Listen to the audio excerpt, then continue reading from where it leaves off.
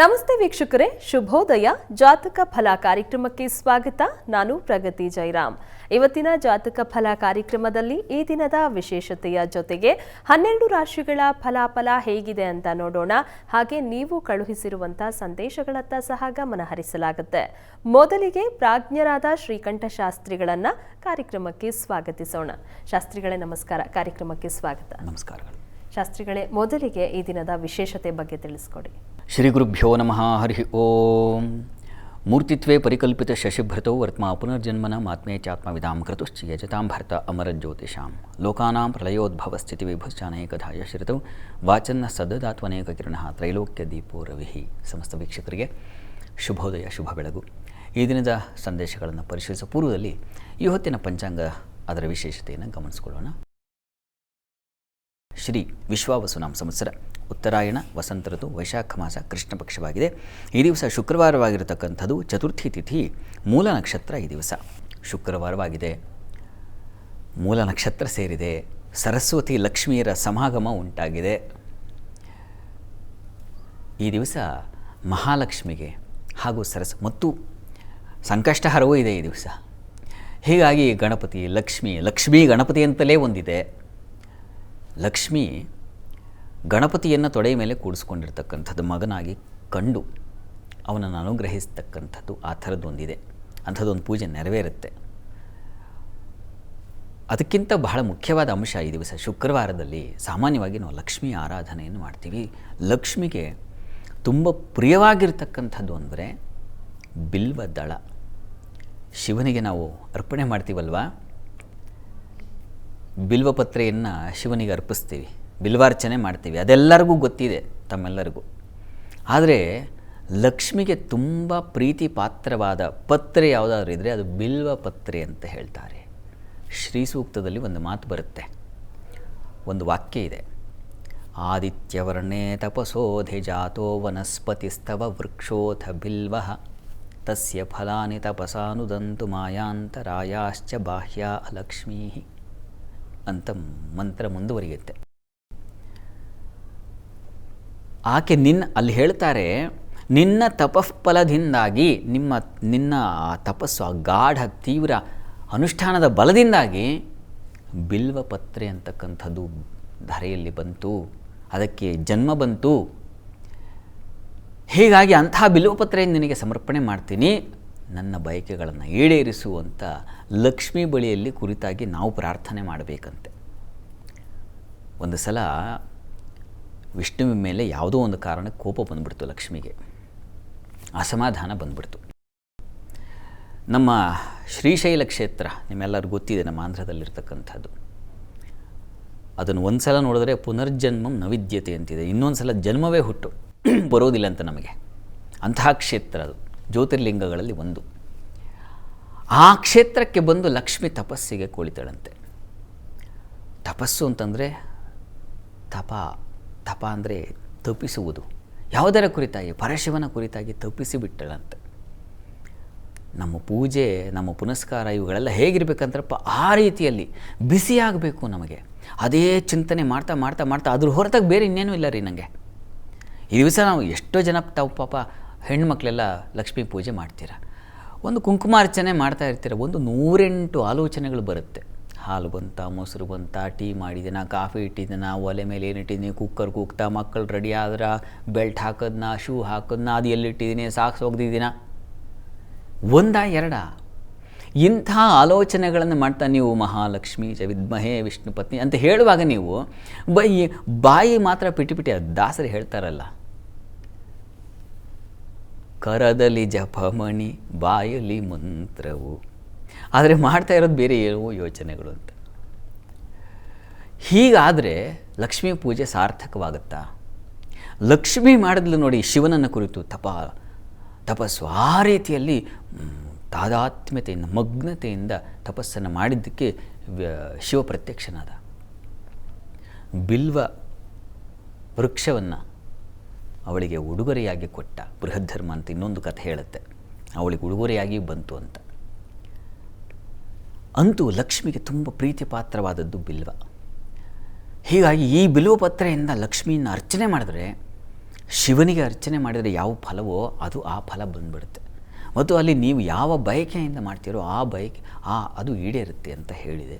ಹೀಗಾಗಿ ತಾವು ಈ ದಿವಸ ಲಕ್ಷ್ಮೀ ಪೂಜೆಯನ್ನು ಮಾಡುವ ಸಂದರ್ಭದಲ್ಲಿ ಶ್ರದ್ಧೆಯಿಂದ ಆ ಎಲ್ಲ ಆಲೋಚನೆ ಹೇಳಿದನಾಗಲೇ ಅಂಥ ಆಲೋಚನೆಗಳಿಗೆಲ್ಲ ಕತ್ತರಿ ಹಾಕಿ ರಕ್ಷಾ ಗೋಡೆಯನ್ನು ಕಟ್ಟಿಕೊಂಡು ನೀವು ಪೂಜೆಯನ್ನು ಮಾಡಿ ಲಕ್ಷ್ಮಿಯನ್ನು ಸುಲಭವಾಗಿ ಒಲಿಸ್ಕೊಳ್ಬಹುದು.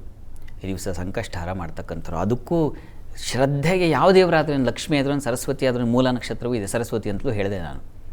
ನೀವು ಯಾವ ದೇವರನ್ನಾದರೂ ಅನುಷ್ಠಾನ ಮಾಡಿ. ಬಹಳ ಮುಖ್ಯವಾಗಿ ಬೇಕಾಗಿರೋದು ಮಗ್ನತೆ, ತಾದಾತ್ಮ್ಯತೆ, ಇದು ಬೇಕು. ಈ ದೃಷ್ಟಿಯಲ್ಲಿ ನೀವು ಮಾಡಿದ ಪ್ರತಿ ಪೂಜೆ, ಪ್ರತಿ ನಾಮ ಸ್ತೋತ್ರ ಏನು ಹೇಳ್ತೀರೋ ಅದಕ್ಕೆ ಅಖಂಡವಾದ ಫಲ ಇದೆ. ಕಿಂಚಿತ್ ನೀವು ಮಾಡಿ ಬಹಳ ವಿಶೇಷವಾದ ಫಲ ತಗೋತೀರ. ಒಳ್ಳೆಯದಾಗಲಿ. ಸರಿ ಶಾಸ್ತ್ರಿಗಳೇ, ಈ ದಿನದ ವಿಶೇಷತೆ ಬಗ್ಗೆ ತಿಳಿಸ್ಕೊಟ್ರಿ. ಈಗ ಸಂದೇಶಗಳನ್ನು ನೋಡ್ತಾ ಹೋಗೋಣ. ಮೊದಲಿಗೆ ವಿನಯ್ ಅವರು ತುಮಕೂರಿಂದ ಸಂದೇಶವನ್ನು ಕಳಿಸಿದ್ದಾರೆ. ಅವರ ಹುಟ್ಟಿದ ದಿನಾಂಕ 26/3/1995, ಸಮಯ 10:10 ರಾತ್ರಿ. ಅವರ ಪ್ರಶ್ನೆ, ಸರ್ಕಾರಿ ಕೆಲಸ ಸಿಗುತ್ತಾ ಅಂತ ತಿಳಿಸ್ಕೊಡಿ ಅಂತ ಕೇಳಿದ್ದಾರೆ. ಜೊತೆಗೆ ಮದುವೆ ಬಗ್ಗೆ ತಿಳಿಸಿ ಅಂತ ಕೇಳಿದ್ದಾರೆ ಶಾಸ್ತ್ರಿಗಳು. ವಿನಯ್ ಅವರ ಪ್ರಶ್ನೆ ಒಂದು ಸರ್ಕಾರಿ ನೌಕರಿ ಬಗ್ಗೆ ಕೇಳಿದ್ದಾರೆ, ಆಮೇಲೆ ವಿವಾಹದ ಬಗ್ಗೆ ಕೇಳಿದ್ದಾರೆ. ಜಾತಕ ನೋಡೋಣ. ನೋಡಿ, ತಮ್ಮದು ವೃಶ್ಚಿಕ ಲಗ್ನವಾಗಿದೆ. ಲಗ್ನದಿಂದ ಕರ್ಮಾಧಿಪತಿ ರವಿ ನಿಮ್ಮ ಜಾತಕದಲ್ಲಿ ಪಂಚಮ ಸ್ಥಾನದಲ್ಲಿದ್ದಾನೆ. ಉಚ್ಚಾಭಿಲಾಷಿಯಾಗಿದ್ದಾನೆ. ಒಳ್ಳೆಯದು. ಉಚ್ಚಾಭಿಲಾಷಿ ಆದರೆ ಒಳ್ಳೆ ಬಲಯುಕ್ತವಾಗಿರುತ್ತೆ ಗ್ರಹ, ಆಗ ಫಲ ಸಿಗುತ್ತೆ ಅಂತ. ಸರ್ವತ್ರ ಶುಭದಾಯಕ ಅಂತ ಫಲ ಇದೆಯಲ್ಲ. ಈಗ ಪ್ರಸ್ತುತ ಗುರುದಶೆಯಲ್ಲಿ ನಡೀತಾ ಇರತಕ್ಕಂಥದ್ದು ಗುರುಭುಕ್ತಿ ತಮಗೆ. ಗುರು ನಿಮ್ಮ ಜಾತಕದಲ್ಲಿ ಇರತಕ್ಕಂಥದ್ದು ಲಗ್ನ ಸ್ಥಾನದಲ್ಲಿ, ಆತನೇ ಪಂಚಮಾಧಿಪತಿ. ಚೆನ್ನಾಗಿದೆ. ಸರ್ಕಾರಿ ನೌಕರಿ ಅನ್ನೋದಕ್ಕಿಂತ ಅದಕ್ಕೆ ಇನ್ನೂ ಸ್ವಲ್ಪ ಬಲ ಬೇಕಾಗಿತ್ತು, ಸ್ವಲ್ಪ ಬಲ ಕಡಿಮೆ ಇದೆ. ನವಾಂಶದಲ್ಲಿ ರವಿ ನೀಚಾಂಶ ತಗೊಂಡಿದ್ದಾನೆ, ಹೀಗಾಗಿ ಅಷ್ಟು ಬಲವಿಲ್ಲ. ಆದರೆ ಕೆಲಸಕ್ಕೆ ಕೊರತೆ ಆಗೋದಿಲ್ಲ, ಯೋಚನೆ ಮಾಡಬೇಡಿ. ಯಾವುದೋ ಒಂದು ಕೆಲಸ ನಿಮ್ಮನ್ನು ಕೈ ಹಿಡಿಯುತ್ತೆ, ಜೀವನ ನಡೆಸುತ್ತೆ. ಮುಖ್ಯವಾಗಿ ಬದುಕಿಗೆ ಅತಂತ್ರತೆ ಅನ್ನೋದು ಬರಲ್ಲ ಲಗ್ನದ ಗುರುವಿನಿಂದಾಗಿ. ಧನಾಧಿಪತಿ ಲಗ್ನದಲ್ಲಿದ್ದಾಗ ಹಣಕಾಸು ಬಂದೇ ಬರುತ್ತೆ, ಯೋಚನೆ ಬೇಡ. ವಿವಾಹದ ಬಗ್ಗೆ ಕೇಳಿದ್ದೀರಾ. ವಿವಾಹದ ಅಧಿಪತಿ ಶುಕ್ರ ನಿಮ್ಮ ಜಾತಕದಲ್ಲಿ, ಅವನು ಉಚ್ಚಾಭಿಲಾಷಿಯಾಗಿದ್ದಾನೆ. ತೊಂದರೆ ಇಲ್ಲ, ಅನುಕೂಲ ಆಗುತ್ತೆ. ಈಗ ಗುರುವಿನ ಕಾಲವೇ ನಡೀತದೆ. ಈಗ ಟೈಮ್ ಚೆನ್ನಾಗಿದೆ, ನೀವು ಪ್ರಯತ್ನ ಮಾಡಿ. ಈ ಪ್ರಯತ್ನಕ್ಕೆ ಈ ವರ್ಷದಲ್ಲಿ ಅವಕಾಶ ಇದೆ ಅನ್ನೋದನ್ನು ನಿಮ್ಮ ಜಾತಕ ಹೇಳ್ತಾ ಇದೆ. ಒಳ್ಳೆಯದಾಗಲಿ.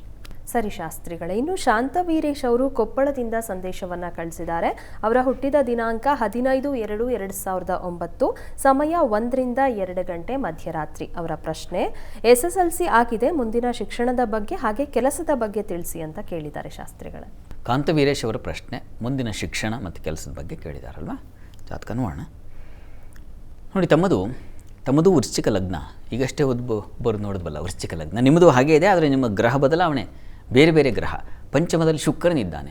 ಬುದ್ಧಿ ಸ್ಥಾನಾಧಿಪೇ ಸೌಮ್ಯೆ, ಬುದ್ಧಿ ಸ್ಥಾನೇ ಶುಭಯುತೆ, ತೀವ್ರ ಬುದ್ಧಿಂಬಿ ನಿರ್ದೇಶೇತ್ ಅಂತ ಶಾಸ್ತ್ರದಲ್ಲಿ ಒಂದು ಮಾತಿದೆ. ಪಂಚಮ ಸ್ಥಾನ ತುಂಬ ಚೆನ್ನಾಗಿರಬೇಕು, ಒಳ್ಳೆ ಶುಭಗ್ರಹ ಇರಬೇಕು. ಶುಕ್ರ ನೋಡಿ, ಉಚ್ಚ ಸ್ಥಾನದಲ್ಲಿರೋ ಶುಕ್ರ ತುಂಬ ಚೆನ್ನಾಗಿದೆ. ಶುಕ್ರ ಅವನು ವಸ್ತುತಃ ಜೀವನೋತ್ಸಾಹ ತಂದು ಕೊಡ್ತಕ್ಕಂಥವನು, ಜೀವನಕ್ಕೆ ಮಾರ್ಗ ಸೂಚಿಸ್ತಕ್ಕಂಥ ಗ್ರಹ. ಶುಕ್ರ ಒಬ್ಬ ಚೆನ್ನಾಗಿದ್ಬಿಟ್ರೆ ಸಾಕು, ವೈಭವದ ಜೀವನ ಸಿಗುತ್ತೆ ಅಂತಕ್ಕಂಥ ಮಾತಿದೆಯಲ್ಲ. ಹೀಗಾಗಿ ಅದರಲ್ಲೂ ಬುದ್ಧಿಸ್ಥಾನದಲ್ಲಿ ಇದ್ಬಿಟ್ರೆ ಬಹಳ ಒಳ್ಳೆಯದು ಅಂತ. ಚೆನ್ನಾಗಿದೆ, ನಿಮ್ಮ ಜೀವನ ಚೆನ್ನಾಗಿರುತ್ತೆ. ನೀವು ಡಿಸೈನಿಂಗ್ ಫೀಲ್ಡ್ಗಳನ್ನು ಆಯ್ಕೆ ಮಾಡ್ಕೊಳ್ಳಿ.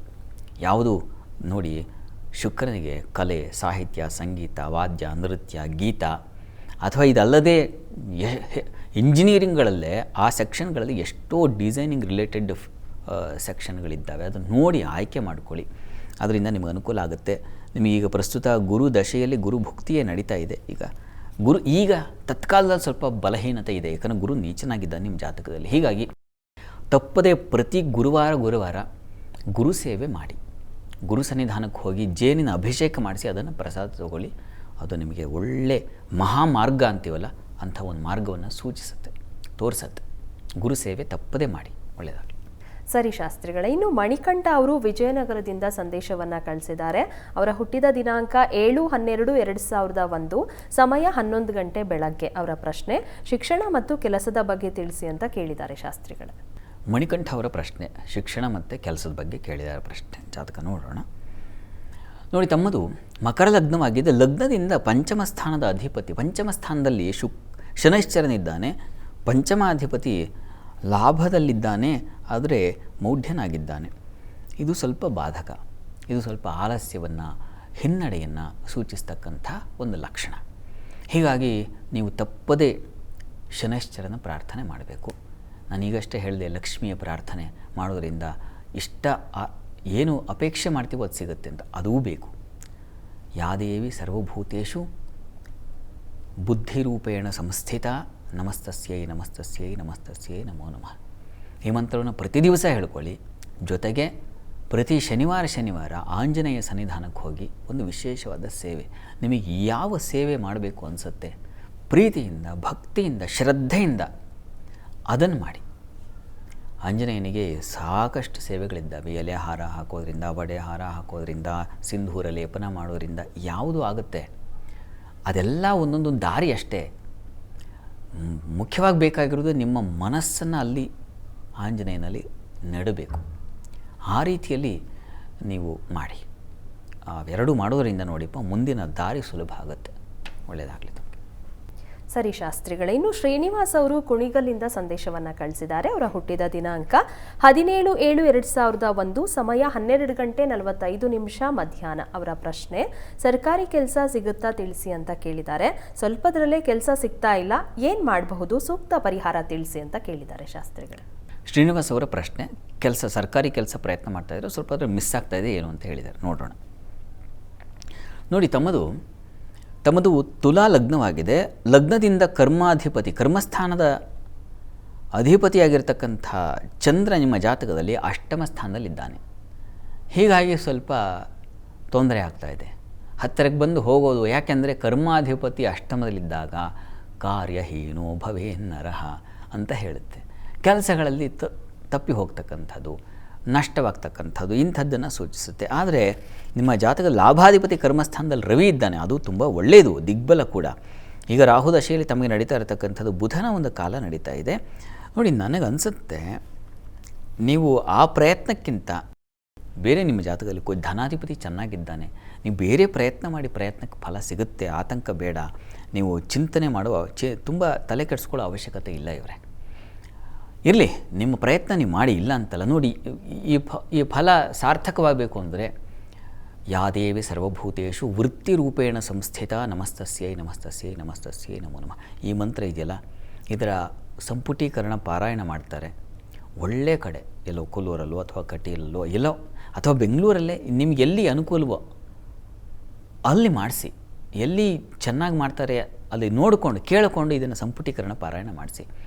ಅದು ನಿಮ್ಮ ಯಾವ ಪ್ರಯತ್ನ ಮಾಡ್ತಾಯಿದ್ರೋ ಆ ಪ್ರಯತ್ನಕ್ಕೆ ಒಳ್ಳೆಯ ಫಲ ತಂದು ಕೊಡುತ್ತೆ. ಒಳ್ಳೆಯದಾಗ. ಸರಿ ಶಾಸ್ತ್ರಿಗಳೇ, ಇನ್ನು ಆಕಾಶ್ ಅವರು ಮಂಡ್ಯದಿಂದ ಸಂದೇಶವನ್ನು ಕಳಿಸಿದ್ದಾರೆ. ಅವರ ಹುಟ್ಟಿದ ದಿನಾಂಕ 2/2/2009, ಸಮಯ 11:30 ರಾತ್ರಿ. ಅವರ ಪ್ರಶ್ನೆ, ಶಿಕ್ಷಣದ ಬಗ್ಗೆ ತಿಳಿಸಿ ಅಂತ ಕೇಳಿದ್ದಾರೆ ಶಾಸ್ತ್ರಿಗಳೇ. ಆಕಾಶ್ ಅವರ ಪ್ರಶ್ನೆ ಶಿಕ್ಷಣದ ಬಗ್ಗೆ ಕೇಳಿದ್ದಾರೆ. ಜಾತಕ ನೋಡೋಣ. ನೋಡಿ, ತಮ್ಮದು ತುಲಾ ಲಗ್ನವಾಗಿದೆ. ಲಗ್ನದಿಂದ ಪಂಚಮ ಸ್ಥಾನದ ಅಧಿಪತಿ ಶನೈಶ್ಚರ ಲಾಭದಲ್ಲಿದ್ದಾನೆ, ಶತ್ರುಕ್ಷೇತ್ರ. ನಿಮ್ಮ ಜಾತಕದಲ್ಲಿ ಬಲ ಏನಪ್ಪ ಅಂದರೆ, ಒಂದು ಶುಕ್ರ ಚೆನ್ನಾಗಿರೋದು, ಮತ್ತೊಂದು ಕುಜ ಚೆನ್ನಾಗಿರೋದು. ಹೀಗಾಗಿ ಎರಡು ಬಲದಿಂದಾಗಿ ನಿಮ್ಮ ಬದುಕು ತುಂಬ ಉತ್ಕೃಷ್ಟವಾಗುತ್ತೆ, ಆತಂಕ ಬೇಡ. ನೀವು ಎಲೆಕ್ಟ್ರಾನಿಕ್ಸ್, ಎಲೆಕ್ಟ್ರಿಕಲ್ ಇಂಥ ಕ್ಷೇತ್ರ, ಯಾವುದನ್ನು ಹಾರ್ಡ್ವೇರ್ ಅಂತೀವೋ ಅವುಗಳಿಗೆ ಸಂಬಂಧಿಸಿರ್ತಕ್ಕಂಥ ಕ್ಷೇತ್ರದಲ್ಲಿ ಮುಂದುವರೆದ್ರೆ ತುಂಬ ಚೆನ್ನಾಗಿದೆ. ಕೈಯಲ್ಲಿ ಸ್ವಂತ ಕೆಲಸ ಇದ್ದರೆ ನೀವು ಏನೂ ಸಾಧನೆ ಮಾಡಬಹುದು. ಅಂಥದ್ದೊಂದು ಲಕ್ಷಣ ನಿಮ್ಮ ಜಾತಕದಲ್ಲೇ ಇರೋದ್ರಿಂದಾಗಿ ನೀವು ಆ ರೀತಿಯಲ್ಲಿ ಯೋಚನೆ ಮಾಡಿ, ಅನುಕೂಲಕರವಾಗಿರ್ತದೆ. ಈಗ ಪ್ರಸ್ತುತ ರವಿ ದಶೆಯಲ್ಲಿ ತಮಗೀಗ ನಡೀತಾ ಇರತಕ್ಕಂಥದ್ದು ಗುರುವಿನ ಭುಕ್ತಿ ನಡೀತಾ ಇದೆ. ಗುರು ನಿಮ್ಮ ಜಾತಕದಲ್ಲಿ ಸ್ವಲ್ಪ ಬಲಹೀನ. ನೀವು ಕೂಡ ಪ್ರತಿ ಗುರುವಾರ ಗುರು ಸನ್ನಿಧಾನಕ್ಕೆ ಹೋಗಿ ಅಲ್ಲಿ ಒಂದು ಪಂಚಾಮೃತ ಸೇವೆಯನ್ನು ಅಥವಾ ರುದ್ರಾಭಿಷೇಕವನ್ನು ಅದನ್ನು ಮಾಡಿಸಿ. ಪ್ರತಿ ಗುರುವಾರ ಶ್ರದ್ಧೆಯಿಂದ ತಪ್ಪದೇ ಗುರು ಸನ್ನಿಧಾನಕ್ಕೆ ಹೋಗಿ ಬನ್ನಿ. ಅದು ಕೂಡ ನಿಮ್ಮ ಬದುಕಿಗೆ ಒಂದು ಮಹಾ ಬೆಳಕನ್ನು ತೋರಿಸುತ್ತೆ. ಒಳ್ಳೆಯದಾಗಲಿ. ಸರಿ ಶಾಸ್ತ್ರಿಗಳೇ, ವೀಕ್ಷಕರು ಕಳುಹಿಸಿದಂಥ ಸಂದೇಶಗಳಿಗೆ ಉತ್ತರಗಳನ್ನು ತಿಳಿಸ್ಕೊಟ್ರಿ. ಇನ್ನು ವೀಕ್ಷಕರೇ, ನೀವು ಸಹ ಕಾರ್ಯಕ್ರಮಕ್ಕೆ ಸಂದೇಶವನ್ನು ಕಳುಹಿಸಬೇಕು ಅಂತ ಅಂದುಕೊಳ್ತಾ ಇದ್ರೆ ನಿಮ್ಮ ಟಿವಿ ಸ್ಕ್ರೀನ್ ಮೇಲೆ ಬರ್ತಾ ಇರುವಂಥ ನಂಬರ್ಗೆ ಯಾರ ಬಗ್ಗೆ ಕೇಳಬೇಕು ಅಂತ ಇದ್ದೀರಾ ಅವರ ಹುಟ್ಟಿದ ದಿನಾಂಕ, ಸಮಯ ಹಾಗೂ ಪ್ರಶ್ನೆಯನ್ನ ಸ್ಪಷ್ಟವಾಗಿ ವಾಟ್ಸಪ್ ಮೂಲಕ ಕಳುಹಿಸಿ ಕೊಡಬೇಕಾಗತ್ತೆ. ಶಾಸ್ತ್ರಿಗಳೇ, ಈ ದಿನ 12 ರಾಶಿಗಳ ಫಲಾಫಲ ಯಾವ ರೀತಿಯಾಗಿದೆ? 12 ರಾಶಿಗಳ ಫಲಾಫಲ ತಿಳಿಯುವ ಮುನ್ನ ಇವತ್ತಿನ ಗ್ರಹಸ್ಥಿತಿಯನ್ನು ಗಮನಿಸ್ಕೊಳ್ಳೋದಾದರೆ ಮೇಷರಾಶಿಯಲ್ಲಿ ಬುಧ ಇರತಕ್ಕಂಥದ್ದು, ವೃಷಭ ರಾಶಿಯಲ್ಲಿ ರವಿ, ಗುರುವಿನ ಜೊತೆಗೆ ಮಾಂದಿ ಉದಯಾಗಿದೆ, ಅದು ಮಿಥುನ ರಾಶಿಯಲ್ಲಿ, ಕರ್ಕಟಕ ರಾಶಿಯಲ್ಲಿ ಕುಜನನ್ನು ಗಮನಿಸ್ತಾ ಇದ್ದೀವಿ, ಕನ್ಯಾ ರಾಶಿಯಲ್ಲಿ ಕೇತು ಇರತಕ್ಕಂಥದ್ದು, ಧನು ರಾಶಿಯಲ್ಲಿ ಮೂಲ ನಕ್ಷತ್ರ ಅಂತ ಹೇಳಿದ್ನಲ್ಲ ಅಲ್ಲಿ ಚಂದ್ರನಿರ್ತಾನೆ. ಇನ್ನು ಮೀನ ರಾಶಿಯಲ್ಲಿ ಶನೈಶ್ಚರ, ಶುಕ್ರ ಹಾಗೂ ರಾಹು ಯುತಿಯನ್ನು ನೋಡ್ತಾ ಇದ್ದೀವಿ. ಹೀಗಿರುವಾಗ 12 ರಾಶಿಗಳ ಫಲಾಫಲ ತಿಳಿತಾ ಹೋಗೋಣ. ಮೊದಲಿಗೆ ಮೇಷರಾಶಿ. ಮೇಷರಾಶಿಯವರಿಗೆ ದಿವಸ ಸ್ವಲ್ಪ ನೋಡಿ ಆತಂಕದ ವಾತಾವರಣ ಇರುತ್ತದೆ. ಎಂಥ ಬುದ್ಧಿವಂತರು ಅಂದರೂ ಕೂಡ ಏನೋ ಒಂದು ರೀತಿಯ ಅಳುಕು, ಆತಂಕ, ಭಯ ಇವುಗಳನ್ನು ಸೂಚಿಸ್ತಾ ಇದೆ ಇವರೇ. ಹೀಗಾಗಿ ನಿರ್ಧಾರ ತಗೊಳ್ಳುವಾಗ ಸ್ವಲ್ಪ ಹುಷಾರಾಗಿರಿ. ಸಹೋದರ ಜೊತೆಗೆ, ಅಣ್ಣ ತಮ್ಮಂದ್ರ ಜೊತೆಗೆ ಏನೋ ಒಂದು ಘರ್ಷಣೆಗಳು ಅಂಥದ್ದೊಂದು ಲಕ್ಷಣ ಇದೆ, ಸ್ವಲ್ಪ ಎಚ್ಚರಿಕೆ ಬೇಕಾಗುತ್ತೆ. ಸೇವಕರಲ್ಲೂ ಅಷ್ಟೇ, ಯಾರೋ ಮನೆಗೆ ಸಹಾಯ ಮಾಡ್ತಕ್ಕಂಥವ್ರು ಮತ್ತೊಬ್ಬರು ಬಂದಾಗ ಅವರಿಂದ ತೊಂದರೆಗಳು ಪಡ್ತಕ್ಕಂಥ ಲಕ್ಷಣ ಕೂಡ ಸೂಚಿಸ್ತಾ ಇದೆ. ಬಹಳ ಎಚ್ಚರಿಕೆ ಬೇಕು. ಇದರ ಹೊರತಾಗಿ ನೋಡಿ, ಮಿತ್ರರಿಂದ ತುಂಬ ಒಳ್ಳೆಯ ಉಪಕಾರ ಸಿಗುತ್ತೆ ಈ ದಿವಸ. ಬಂಧುಗಳಿಂದ ಉತ್ಕೃಷ್ಟವಾದ ಒಂದು ನೆಮ್ಮದಿಯ ಒಂದು ವಾತಾವರಣ ಕ್ರಿಯೇಟ್ ಆಗುತ್ತೆ, ಅದರಲ್ಲಿ ಏನು ಸಂಶಯ ಇಲ್ಲ. ಧರ್ಮ ಕಾರ್ಯಗಳಲ್ಲಿ ಭಾಗವಹಿಸ್ತೀರಾ, ಸತ್ಕಾರ್ಯಗಳು, ಸಚ್ಚಿಂತನೆ ಮಾಡ್ತಕ್ಕಂಥದ್ದು, ಸತ್ಸಂಗ, ಒಳ್ಳೆಯವ್ರ ಜೊತೆಗೆ ಒಂದು ಸಿನಿಮಾ ನೋಡೋರು ಒಳ್ಳೆಯದೇ, ಆ ರೀತಿಯ ಒಂದು ಭಾವನೆ ಇದೆ ಈ ದಿವಸ, ಇದೆ. ಈ ಭಯ ನಿವಾರಣೆಗೆ ನೀವು ನರಸಿಂಹ ಪ್ರಾರ್ಥನೆ ಮಾಡಿಕೊಳ್ಳಿ. ವೃಷಭ ರಾಶಿಯವರಿಗೆ ನೋಡಿ, ದ್ವಿತೀಯದಲ್ಲಿ ಮಾಂದಿ ಉದಿಯಾದಾಗ ವಾಕ್ಕಲಹ, ಮಾತು ಒರಟಾಗುತ್ತೆ. ಒರಟು ಮಾತಿನಿಂದ ಕಲಹ, ನಿಮ್ಮ ಮನಸ್ಸಿಗೂ ಬೇಸರ, ಅವ್ರಿಗೂ ಬೇಸರ, ಕೊನೆಗೆ ದ್ವೇಷವೇ ಬರುತ್ತೆ. ಈ ಫಲ ಬೇಡ. ಹೀಗಾಗಿ ಸಮಾಧಾನವಾಗಿರಬೇಕಾಗುತ್ತೆ ಈ ದಿವಸ. ಆಹಾರ ವ್ಯತ್ಯಾಸ ಮಾಡ್ಕೊಳ್ತೀರಾ. ಶುಗರ್ ಪೇಷಂಟ್ಸ್ ಬಹಳ ಹುಷಾರಾಗಿರಿ. ಹಾಸ್ಪಿಟ್ಲ್ಗಳಲ್ಲಿ ಇರ್ತಕ್ಕಂಥವ್ರು ಅತಿಯಾಗಿ ಹೇಳಿದಾರಲ್ವ ಡಾಕ್ಟ್ರ್ ಇದು ತಿನ್ನಬಾರ್ದು ಅಂತ, ಅದೇ ಜಿಹ್ವಾ ಚಾಪಲ್ಯ ಅಂತಾರೆ ಅದನ್ನು. ನಾಲಿಗೆಗೆ ಅದು ತೊಂದರೆ ಮಾಡ್ಕೊಳ್ತೀರಾ. ಕುಟುಂಬದಲ್ಲಿ ಸ್ವಲ್ಪ ಘರ್ಷಣೆಗಳಾಗೋ ಲಕ್ಷಣ ಇದೆ. ಸ್ತ್ರೀಯರಿಗೆ ಸ್ವಲ್ಪ ಸಂಕಟ, ವ್ಯಥೆ, ಮನಸ್ಸಿಗೆ ನೋವು, ಬೇಸರ ಈ ಥರದ ಒಂದು ಲಕ್ಷಣ ಇದೆ. ಅಷ್ಟಮದಲ್ಲಿ ಚಂದ್ರನಿದ್ದಾಗ ನಷ್ಟ, ಕಷ್ಟ ತಂದು ಕೊಡ್ತಾನೆ, ಅಳುತ್ತೀರ, ಅಂಥದ್ದೊಂದು ಲಕ್ಷಣ ಇದೆ ಈ ದಿವಸ. ಕರ್ಮಸ್ಥಾನ ಚೆನ್ನಾಗಿದೆ, ಹೀಗಾಗಿ ವೃತ್ತಿ ಕೆಲಸ ಪರಮ ಸೌಖ್ಯವಾಗಿದೆ, ಅಲ್ಲೇ ಇದ್ಬೇಡ ಅನ್ನೋ ಭಾವನೆ ಈ ದಿವಸ ನಿಮಗೆ ಬರ್ತದೆ.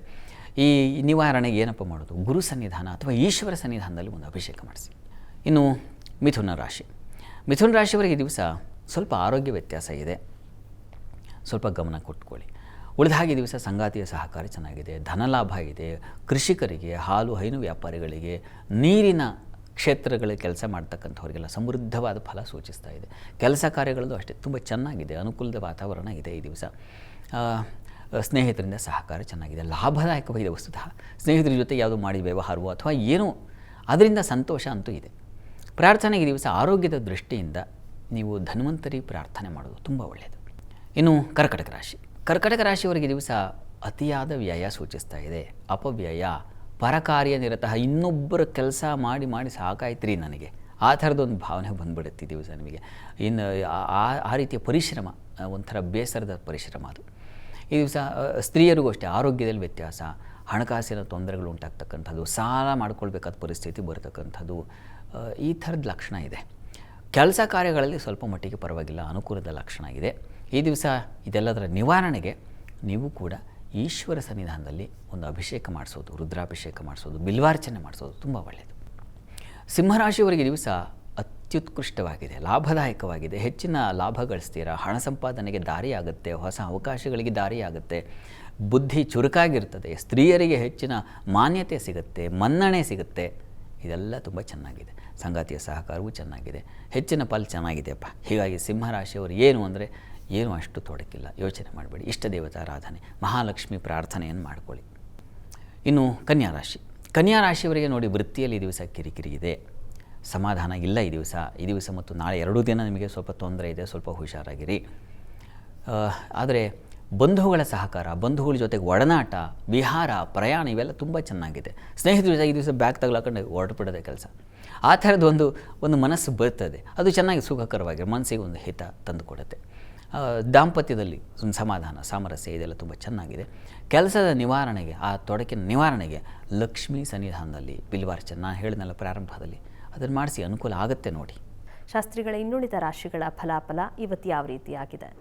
ತುಲಾರಾಶಿಯವರಿಗೆ ದಿವಸ ನೋಡಿ, ನಿಮ್ಮ ರಾಶಿಯಿಂದ ಕರ್ಮಸ್ಥಾನದ ಅಧಿಪತಿ ತೃತೀಯದಲ್ಲಿದ್ದಾಗ ಧೈರ್ಯ ಸಾಹಸಗಳು, ಸಹೋದರ ಸಹಕಾರಗಳು, ಸೇವಕರು ಸಹಾಯಕರಿಂದ ಅನುಕೂಲಗಳು, ನಿಮ್ಮ ಕೆಲಸಕ್ಕೆ ಯಾರಿಗೂ ವಹಿಸಿರ್ತೀರ, ಕೆಲಸ ಮಾಡಿಕೊಡಿ, ಇದೊಂದು ಸ್ವಲ್ಪ ಸಹಾಯ, ಅದು ಆಗಿಬಿಡುತ್ತೆ, ಉಪಕಾರ ಸಿಗುತ್ತೆ. ಸಹೋದ್ಯೋಗಿಗಳಿಂದ ಸಹಕಾರ, ಉಪಕಾರ ಸಿಗ್ತಕ್ಕಂಥ ಸಾಧ್ಯತೆ ಚೆನ್ನಾಗಿದೆ ಈ ದಿವಸ. ನಿಮಗೆ ಸಂಗಾತಿಯಿಂದಲೂ ಕೂಡ ಒಂದು ಒಳ್ಳೆಯ ಪ್ರತಿಕ್ರಿಯೆ, ಅದು ತುಂಬ ಚೆನ್ನಾಗಿದೆ. ಮಕ್ಕಳಿಂದ ಸಮಾಧಾನ ಸಿಗ್ತಕ್ಕಂಥ ಸಾಧ್ಯತೆ ಇದೆ. ಇದು ಸ್ವಲ್ಪ ಧರ್ಮ ಕಾರ್ಯಗಳಲ್ಲಿ ಅಶ್ರದ್ಧೆ ಬಂದುಬಿಡುತ್ತೆ. ಯಾವುದೋ ದೇವಸ್ಥಾನವೋ ಮತ್ತೊಂದು ಏನೋ ಹೇಳಿದರೆ ಕೆಲಸ ವಹಿಸಿರ್ತಾರೆ, ಆದರೆ ಅದು ಮರೆತು ಬಿಡ್ತೀರಾ. ಈ ದೇವಸ್ಥಾನ ಅಂತೆಲ್ಲ ಯಾವುದೇ ಧರ್ಮ ಕಾರ್ಯ ಅಲ್ಲಿ ತೊಡಕನ್ನು ಸೂಚಿಸ್ತಾ ಇದೆ. ಈಶ್ವರನ ಪ್ರಾರ್ಥನೆ ಮಾಡಿ. ಇನ್ನು ವೃಶ್ಚಿಕ ರಾಶಿ. ವೃಶ್ಚಿಕ ರಾಶಿಯವರಿಗೆ ಈ ದಿವಸ ಸುಗ್ರಾಸ ಭೋಜನ. ಈ ದಿವಸ ನಾಳೆ 2 ದಿನ ತುಂಬ ಉತ್ಕೃಷ್ಟವಾದ ದಿನ. ಮನೆಯಲ್ಲೂ ನೆಮ್ಮದಿಯಾಗಿರ್ತೀರ, ಮನಸ್ಸಿಗೂ ನೆಮ್ಮದಿಯಾಗಿರ್ತದೆ, ಅದರಲ್ಲೇನು ಸಂಶಯ ಇಲ್ಲ. ಕೆಲಸ ಕಾರ್ಯಗಳದ್ದು ಅಷ್ಟೇ ಒಂದು ಒಳ್ಳೆಯ ಬಲ ಇದೆ. ಸರ್ಕಾರಿ ಕ್ಷೇತ್ರದಲ್ಲಿ ಇವರಿಗೆ ಹೆಚ್ಚಿನ ಅನುಕೂಲ ಇದೆ, ಸಹಕಾರ ಇದೆ. ಮುಖ್ಯವಾಗಿ ವೈದ್ಯಕೀಯ ಕ್ಷೇತ್ರದಲ್ಲಿರ್ತಕ್ಕಂಥವರಿಗೆ ಹೆಚ್ಚಿನ ಲಾಭ ಇದೆ. ಹಾಗಂತ ಏನು ತುಂಬ ನಷ್ಟವೂ ಇದೆ. ಒಂದು ಅಷ್ಟಮದಲ್ಲಿ ಮಾಂದ್ಯವುದಿ ಆದರೆ ಸಂದಿಗ್ಧ ವಾತಾವರಣಕ್ಕೆ ಸಿಕ್ಕಾಕ್ಕೊಳ್ತೀರ, ಅಪಮಾನಕ್ಕೆ ಗುರಿ ಆಗ್ತೀರಾ, ಅಶುಚಿ ಮೈಲಿಗಳನ್ನು ಅನುಭವಿಸ್ತೀರಾ, ಅಂಥದ್ದೊಂದು ಲಕ್ಷಣ ಹೇಳಿದೆ. ಹೀಗಾಗಿ ಸ್ವಲ್ಪ ಎಚ್ಚರಿಕೆ ಬೇಕಾಗುತ್ತೆ. ಕೃಷ್ಣ ಪ್ರಾರ್ಥನೆ, ಕೃಷ್ಣ ಸ್ಮರಣೆಯೇ ನಿಮ್ಮನ್ನು ಆ ಸಂದಿಗ್ಧದಿಂದ ಹೊರಗೆ ತರುತ್ತೆ. ಇನ್ನು ಧನುರಾಶಿ. ಧನುರಾಶಿಯವರಿಗೆ ದಿವಸ ವೃತ್ತಿಯಲ್ಲಿ ಬಹಳ ವಿಶೇಷವಾದ ಅನುಕೂಲಗಳಿದ್ದಾವೆ. ಸಮಾಧಾನ, ಸಹಕಾರ ಇವೆಲ್ಲ ತುಂಬ ಚೆನ್ನಾಗಿದೆ. ಬಂಧು ಮಿತ್ರರ ಸಹಾಯ ತುಂಬ ಚೆನ್ನಾಗಿರ್ತದೆ. ಮುಖ್ಯವಾಗಿ ವಸ್ತ್ರ ವ್ಯಾಪಾರಿಗಳಿಗೆ, ಆಭರಣ ವ್ಯಾಪಾರಿಗಳಿಗೆ ತುಂಬ ಚೆನ್ನಾಗಿದೆ. ಈ ದಿವಸ ಸಂಗಾತಿಯಲ್ಲಿ ನೋಡಿ ಮನಸ್ತಾಪ ಇದೆ, ಭಿನ್ನಾಭಿಪ್ರಾಯ ಮಾಡ್ಕೊಳ್ತೀರಾ, ಮನಸ್ತಾಪ ಏರ್ಪಾಡಾಗಿ ಕಲಹಕ್ಕೆ ದಾರಿಯಾಗುತ್ತೆ. ಸ್ವಲ್ಪ ಹುಷಾರಾಗಿರಿ ಈ ದಿವಸ. ಪ್ರಯಾಣ, ದೂರ ಪ್ರಯಾಣ ಇದ್ದರೆ ಅಲ್ಲಿ ತೊಂದರೆಗಳು ಉಂಟಾಗ್ತಕ್ಕಂಥ ಲಕ್ಷಣ ಸೂಚಿಸ್ತಾ ಇದೆ. ಹೀಗಾಗಿ ದತ್ತಾತ್ರೇಯ ಸನ್ನಿಧಾನ, ದತ್ತಾತ್ರೇಯ ಕ್ಷೇತ್ರಕ್ಕೆ ಹೋಗಿ ಬನ್ನಿ, ಅಲ್ಲಿ ಒಂದು ಪ್ರಾರ್ಥನೆ ನಮಸ್ಕಾರ ಸಲ್ಲಿಸಿ. ಇನ್ನು ಮಕರ ರಾಶಿ. ಮಕರ ರಾಶಿಯವರಿಗೆ ಈ ದಿವಸ ನಿಮಗೆ ವೃತ್ತಿ ಕೆಲಸ ಕಾರ್ಯಗಳಲ್ಲಿ ತುಂಬ ಉತ್ಕೃಷ್ಟವಾದ ಫಲ ಇದೆ. ಸ್ತ್ರೀಯರಿಗೆ ಹೆಚ್ಚಿನ ವ್ಯಯ ಸೂಚಿಸ್ತಾ ಇದೆ. ಸಂಗಾತಿಯಿಂದಾಗಿ ಅಪೇಕ್ಷಿತರು ಯಾರನ್ನ ಇಷ್ಟಪಡ್ತೀರೋ ಅವರಿಗಾಗಿ ಶ್ರಮ, ಅಲೆದಾಟ, ವ್ಯಯ ಇಷ್ಟನ್ನು ಸೂಚಿಸ್ತಾ ಇದೆ. ಎಷ್ಟೊತ್ತು ಕಾದೆ, ಎಷ್ಟೊತ್ತು ಹೋದೆ, ಎಷ್ಟು ಅಲೆದಾಡದೆ, ಎಷ್ಟು ಓಡಾಡದೆ, ಈ ಥರದ ಒಂದು ಮನಸ್ಸಿಗೆ ಬೇಸರ ಆಗುವ ಲಕ್ಷಣ ಇದೆ. ಮತ್ತು ಶರೀರಕ್ಕೆ ಪೆಟ್ಟು ಬೀಳೋ ಸಾಧ್ಯತೆ ಇದೆ. ಹುಷಾರಾಗಿರಿ. ಮತ್ತು ಸಾಲಕ್ಕೆ ಸಿಕ್ಕಾಕ್ಕೊಳ್ತೀರಾ, ಶತ್ರುಗಳ ವ್ಯೂಹಕ್ಕೆ ಸಿಕ್ಕಾಕ್ಕೊಳ್ತೀರಾ, ಹುಷಾರು. ಇದರ ಹೊರತಾಗಿ ನೀವು ಸಂಗಾತಿ ವಿಚಾರದಲ್ಲಿ ಈ ದಿವಸ ಮನಸ್ತಾಪ ಮತ್ತು ದೂರ ಆಗ್ತಕ್ಕಂಥದ್ದು, ಆತ್ಮೀಯರು ದೂರ ಆಗ್ತಕ್ಕಂಥ ಲಕ್ಷಣ ಇದನ್ನು ಸೂಚಿಸ್ತಾ ಇದೆ. ಹೀಗಾಗಿ ಈ ದಿವಸ ಶಿವ ಪಾರ್ವತಿಯರ ಸ್ತುತಿ ಅದನ್ನು ಮಾಡೋದು ತುಂಬ ಒಳ್ಳೆಯದು. ಇನ್ನು ಕುಂಭರಾಶಿ. ಕುಂಭರಾಶಿಯವರಿಗೆ ದಿವಸ ಬಹಳ ವಿಶೇಷವಾದ ಲಾಭ ಇದೆ. ಸ್ತ್ರೀಯರಿಗೆ ಅಧಿಕ ಲಾಭ ಸೂಚಿಸ್ತಾ ಇದೆ. ಸಾಲ ವಾಪಸ್ ಬರ್ತಕ್ಕಂಥದ್ದು ಅಥವಾ ನೀವೇ ಸಾಲದಿಂದ ಮುಕ್ತರಾಗ್ತಕ್ಕಂಥದ್ದು, ಈ ಥರದ್ದು ಒಂದು ಲಕ್ಷಣ ಚೆನ್ನಾಗಿದೆ. ಕೆಲಸ ಕಾರ್ಯಗಳಲ್ಲಿ ಕ್ಷಮತೆ ಅದು ತುಂಬ ಚೆನ್ನಾಗಿದೆ. ಈ ದಿವಸ ಒಳ್ಳೆಯ ಒಂದು ಕಾರ್ಯ ಚಟುವಟಿಕೆ ಚೆನ್ನಾಗಿರ್ತದೆ. ಈ ದಿವಸ ನಿಮ್ಮ ರಾಶಿಯಿಂದ ಪಂಚಮದಲ್ಲಿ ಮಾಂದಿ ಇದ್ದಾಗ ಸ್ವಲ್ಪ ವಕ್ರ ಬುದ್ಧಿ ಇರ್ತದೆ. ಅಂದರೆ ಮನಸ್ಸು ಅಷ್ಟು ಪ್ರಫುಲ್ಲವಾಗಿ ಯೋಚನೆ ಮಾಡಲ್ಲ, ಮಂದವಾಗುತ್ತೆ. ಮಂದ ಆಲೋಚನೆ ಬಂದಾಗ ಕಾರ್ಯ ಹಾನಿ ಆಗಬಹುದು. ಸ್ವಲ್ಪ ಹುಷಾರಾಗಿರಿ. ಗುರು ಹಿರಿಯರ ಸಲಹೆ ತಗೊಳ್ಳೋದು ತುಂಬ ಒಳ್ಳೆಯದು. ಈ ದಿವಸ ಮಕ್ಕಳ ವಿಚಾರದಲ್ಲಿ ಸ್ವಲ್ಪ ಕಿರಿಕಿರಿ ಉಂಟಾಗುತ್ತೆ. ಅವ್ರ ಜೊತೆಗಿರೋ ಒಡನಾಟ ಅಷ್ಟು ಚೆನ್ನಾಗಿರಲ್ಲ. ಲಲಿತಾ ಸಹಸ್ರನಾಮ ಹೇಳ್ಕೊಂಡ್ರೆ ಬಹಳ ಒಳ್ಳೆಯದು. ಇನ್ನು ಮೀನರಾಶಿ. ಮೀನರಾಶಿಯವರಿಗೆ ದಿವಸ ನೋಡಿ, ಪ್ರಯಾಣದಲ್ಲಿ ದಿವಸ ಅಸಮಾಧಾನ ಇದೆ, ತೊಡಕಿದೆ. ಕೃಷಿಕರಿಗೆ ಸ್ವಲ್ಪ ತೊಡಕನ್ನು ಸೂಚಿಸ್ತಾ ಇದೆ. ಹುಷಾರಾಗಿರಿ. ಹೊಲಗದ್ದೆಗಳಲ್ಲಿ ಕೆಲಸ ಮಾಡ್ತಕ್ಕಂಥವ್ರು ವಿಷಜಂತುಗಳ ಭಯದಲ್ಲಿ ಒದ್ದಾಡ್ತೀರಾ ಅಥವಾ ಪ್ರಮಾದ, ಹುಷಾರು. ಅದರ ಹೊರತಾಗಿ ಕಾರ್ಯ ಚಟುವಟಿಕೆ ತುಂಬ ಚೆನ್ನಾಗಿ. ಸ್ತ್ರೀಯರಿಗಂತೂ ಹೆಚ್ಚಿನ ಲಾಭ. ಕೆಲಸ ಕಾರ್ಯಗಳಲ್ಲಿ ಸ್ತ್ರೀಯರಿಗೆ ಸಹಕಾರ, ಸಹೋದ್ಯೋಗಿಗಳ ಸಹಕಾರ, ಹೊಸ ಕಾರ್ಯಗಳಲ್ಲಿ ಅವಕಾಶಗಳು ಉಂಟಾಗ್ತಕ್ಕಂಥದ್ದು ಇದೆಲ್ಲ ತುಂಬ ಚೆನ್ನಾಗಿದೆ. ಮುಖ್ಯವಾಗಿ ಧರ್ಮ ಕಾರ್ಯಗಳಲ್ಲಿ ಭಾಗವಹಿಸ್ತಕ್ಕಂಥದ್ದು, ಅದರಲ್ಲಿ ಜಯ ಸಿಗ್ತಕ್ಕಂಥದ್ದು, ಈ ಥರದ್ದೆಲ್ಲ ಲಕ್ಷಣ ಇದೆ. ಧೈರ್ಯ ಸಾಹಸವೂ ಇದ್ದಾವೆ. ತೃತೀಯದ ರವಿ ಉತ್ಸಾಹವನ್ನು ತಂದು ಕೊಡ್ತಾನೆ. ಸರ್ಕಾರಿ ನೌಕರಿಯಲ್ಲಿರ್ತಕ್ಕಂಥವರಿಗೆ ಅತ್ಯುತ್ಸಾಹ ಕೆಲಸ ಚೆನ್ನಾಗಿದೆ. ಪ್ರಯಾಣದಲ್ಲಿ ಹುಷಾರಾಗಿರಿ. ಸ್ನೇಹಿತರ ಜೊತೆಗೆ ಸ್ವಲ್ಪ ಹುಷಾರಾಗಿರಿ. ಅತಿಯಾಗಿ ನಂಬಿ ಮೋಸ ಹೋಗ್ಬಿಡೋ ಸಾಧ್ಯತೆ ಇದೆ. ಈ ದಿವಸ ಎಚ್ಚರವಾಗಿರಿ. ಈ ದಿವಸ ಪ್ರಾರ್ಥನೆಗೆ ವಿಷ್ಣು ಸಹಸ್ರನಾಮ ಪಾರಾಯಣ ಮಾಡಿ. ಈ ದಿವಸ 12 ರಾಶಿಗಳವರು, ರಾಶಿ ಗೊತ್ತಿಲ್ಲ ಅಂತಕ್ಕಂಥವ್ರು ಹೇಳಬಹುದಾದ ಮಂತ್ರ ಓಂ ವಸುಧಾರಿಣ್ಯೈ ನಮಃ. ಈ ಮಂತ್ರ ಹೇಳ್ಕೊಳ್ಳಿ, ಅನುಕೂಲ ಆಗುತ್ತೆ. ಸರಿ ಶಾಸ್ತ್ರಿಗಳೇ, ಇವತ್ತಿನ ಸಂಚಿಕೆಯಲ್ಲಿ ಈ ದಿನದ ವಿಶೇಷತೆಯ ಜೊತೆಗೆ 12 ರಾಶಿಗಳ ಫಲಾಫಲದ ಬಗ್ಗೆ ತಿಳಿಸ್ಕೊಟ್ರಿ. ಹಾಗೆ ವೀಕ್ಷಕರು ಕಳುಹಿಸಿದಂತಹ ಸಂದೇಶಗಳಿಗೆ ಸಲಹೆ, ಸೂಚನೆ, ಪರಿಹಾರಗಳನ್ನು ಸೂಚಿಸಿದ್ರಿ. ಧನ್ಯವಾದಗಳು. ಸರ್ವೇ ಜನಾಃ ಸುಖಿನೋ ಭವಂತು, ಸಮಸ್ತ ಸನ್ಮಂಗಳಾನಿ ಭವಂತು. ಎಲ್ಲರಿಗೂ ಶುಭವಾಗಲಿ. ವೀಕ್ಷಕರೇ, ಇದಾಗಿತ್ತು ಇವತ್ತಿನ ಜಾತಕ ಫಲ ಕಾರ್ಯಕ್ರಮ. ನೇರ, ದಿಟ್ಟ, ನಿರಂತರ ಸುದ್ದಿಗಾಗಿ ನೋಡ್ತಾ ಇರಿ ಏಷ್ಯಾನೆಟ್ ಸುವರ್ಣ ನ್ಯೂಸ್.